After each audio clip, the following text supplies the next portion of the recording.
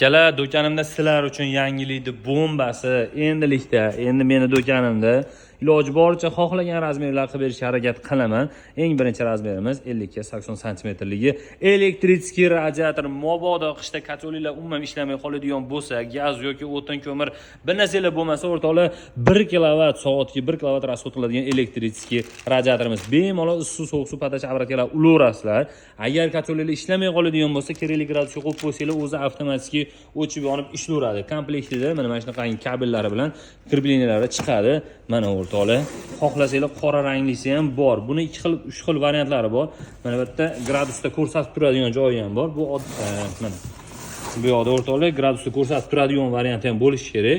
Bizniki oddiyroq varianti, mana regulirovka kerakli gradusga regulirovka qilinadigan soddaroq varianti. O'rtoqlar bemalol murojaat qilaverasizlar, xudo xolasa narxlari juda ham arzon narxda chiqadi. Oddiy radiatordan ozgina razlika qilar ekan. Kerak bo'lsa pastdagi nomerlarga aloqa qilib ko'rasizlar.